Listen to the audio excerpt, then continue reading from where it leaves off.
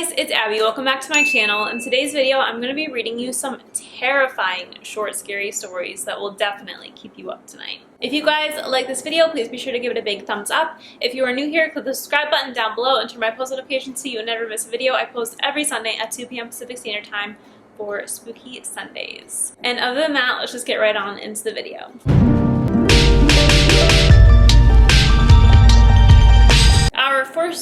Our first story is by the user Forgotten Well, and it's called I Received a Letter from My Dead Mother. On my 14th birthday, a man in a suit knocked on our door.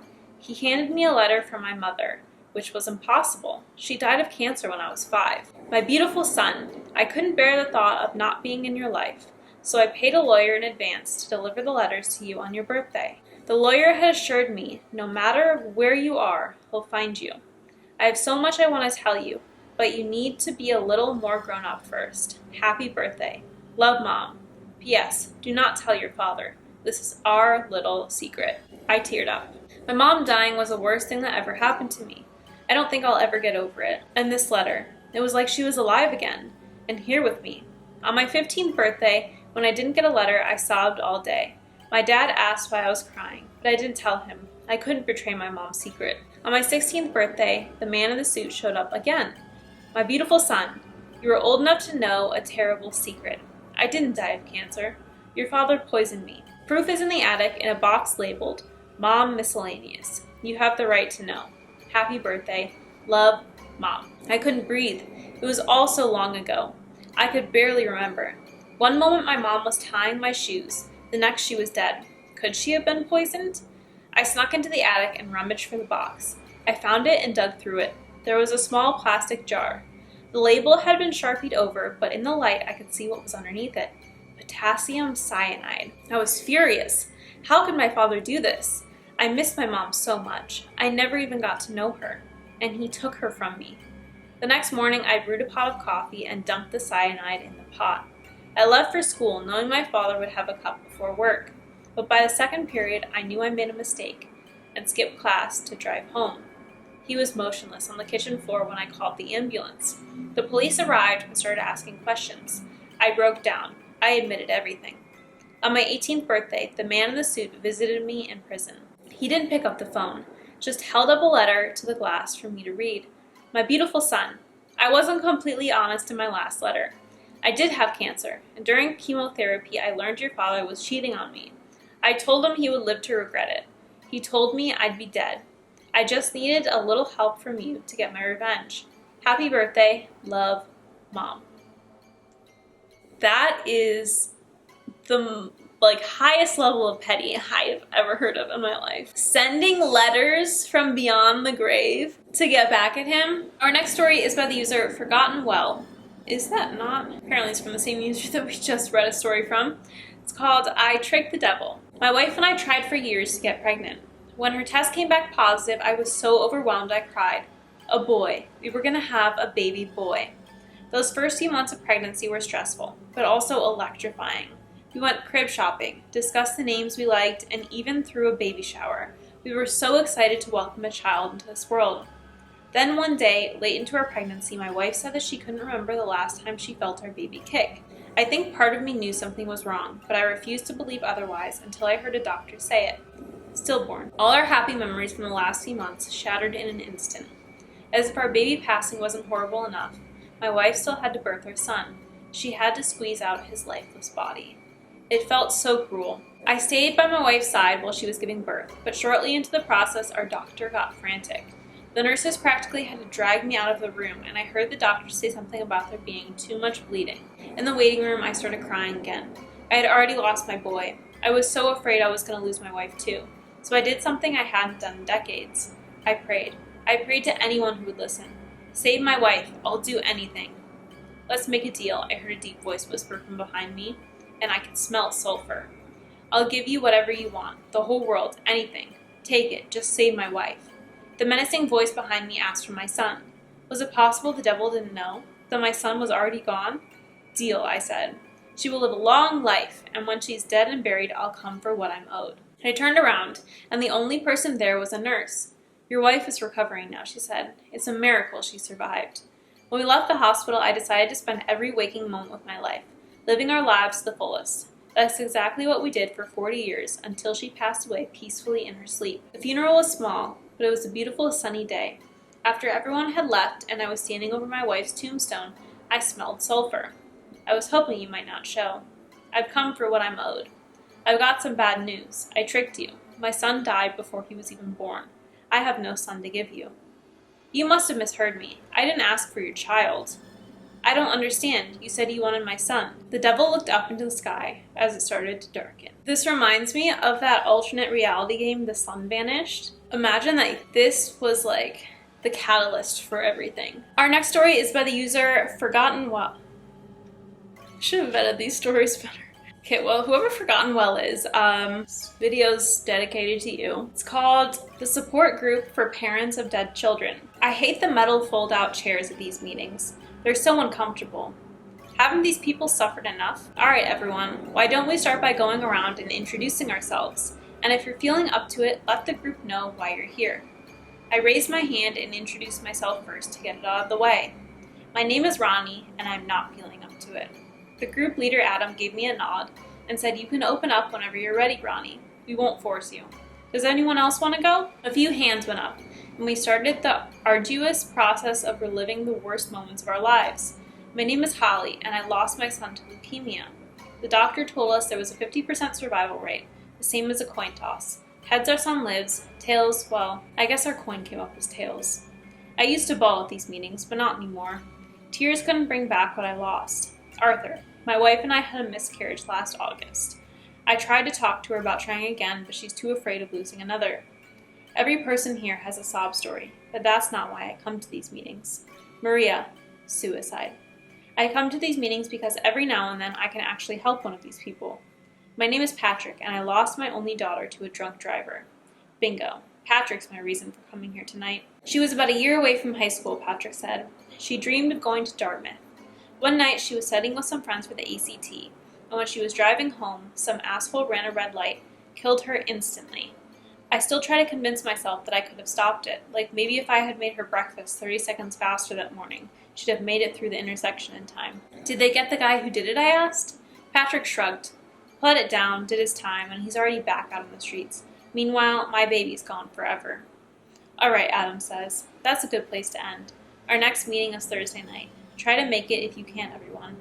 As Patrick left the church, I ran up behind him before he could get in his car. I'm sorry about your loss, man, really.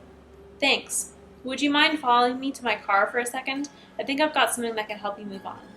No thanks. Please, I said. Humor me. Patrick and I both walked over to my car. I've gone to these meetings for a long time, and I never found them very helpful. For guys like us, there's only one thing that can make it better.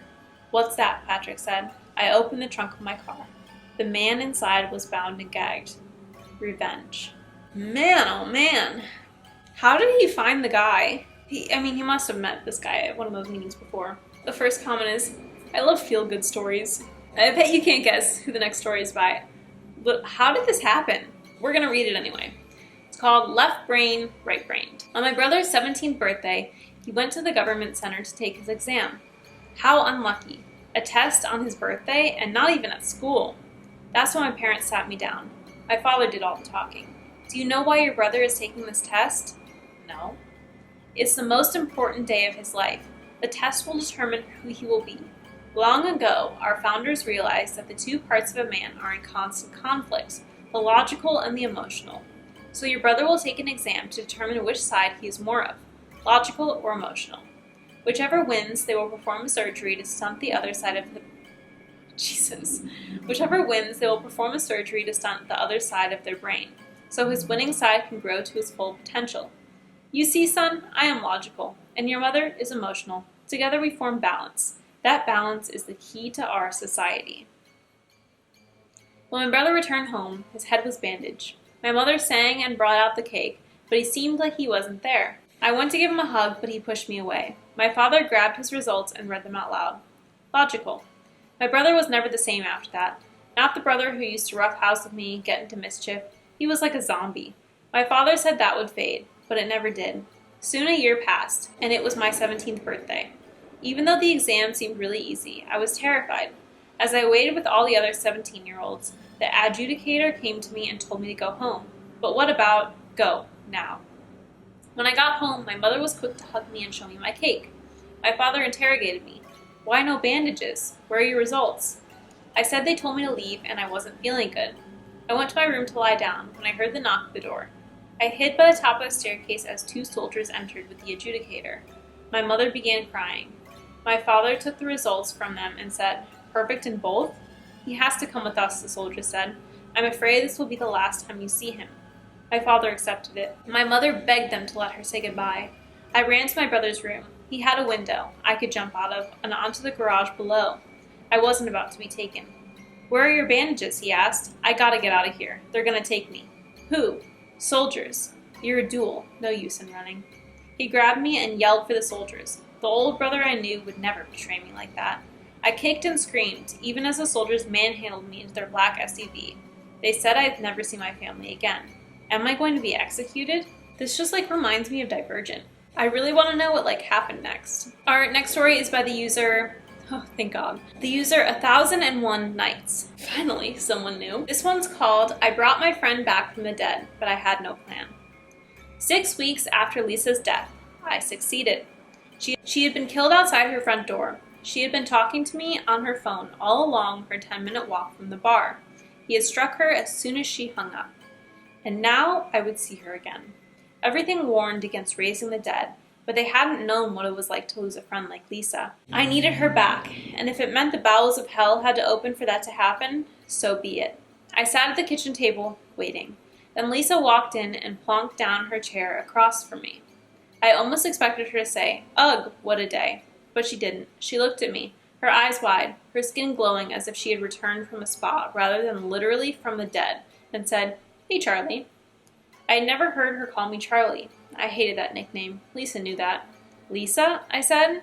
Gleam of yellow flashed beneath her lower lids. She smiled as she seemed to have no teeth. The high of success and joy of seeing Lisa was replaced by inching fear. "You don't have a plan? You never had one, did you, Charlie? I always had to plan everything." She smashed her fist on the kitchen table so hard, everything, including me, jumped.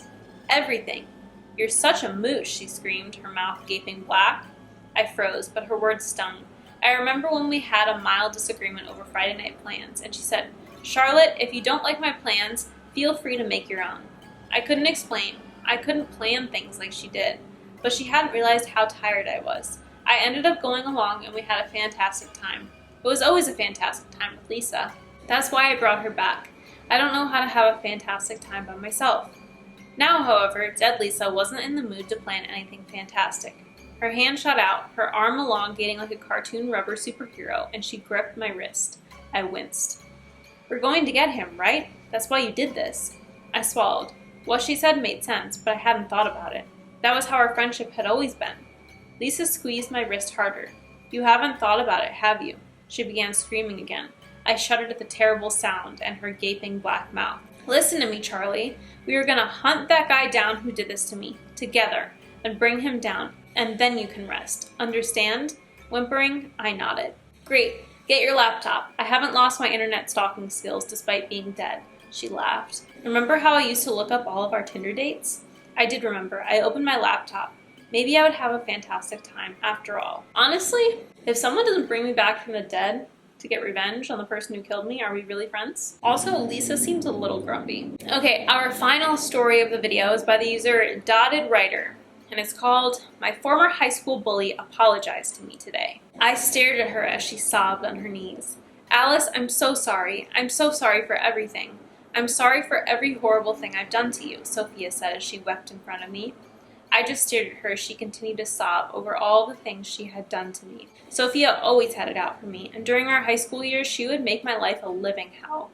She would directly insult or make demeaning jokes about me, spread nasty rumors about me, manipulate my friends against me, steal a guy I had a crush on, make horrible posts about me on social media, and even manipulate some guys into doing things like jumping me. She did everything if it meant I suffered in the end. I tried to tell my teachers about this, but they just turned a deaf ear, and I didn't even bother talking to my parents about it. They were more focused on their jobs than their daughter. And even then, if Sophia found out I snitched, that would result in an extra beating from her and her cronies. She was behind all of my suffering.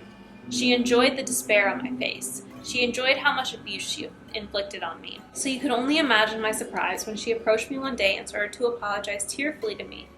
As she continued to cry, my eyes started to spark with anger. Anger that I had suppressed inside me for the past 5 years after high school. She has done nothing but bring misery and despair to me. She turned everyone against me and made me a complete outcast during our high school years. I had no one to turn to for support. Absolutely no one. And she dared to spew her little crocodile tears right in front of me. I had enough of it. I floated around my grave until I was behind her. I stared at her for a long minute before I plunged my hand into her chest. She tensed up, and some of her blood splattered onto my grave. I dug through her organs before I pulled out what I was looking for. I pulled my hand out from her chest, a new item within its grasp. Her heart. It was still beating as she collapsed to the ground, her hands clutching at the wound at a desperate attempt to cover the bleeding. She coughed out blood and wheezed as she continued to bleed out. I stared at her as she slowly started to die. I stared at how pathetic and pitiful she looked now. I stared at her as a twisted, evil, and satisfied grin crept onto my face. Some people just have it coming.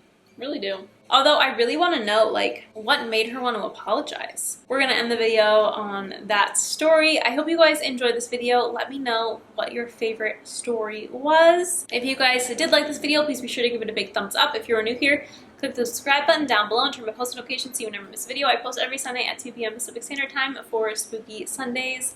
And again, I hope you guys enjoyed this video. Thank you so much for watching, and I will see you next week. Bye.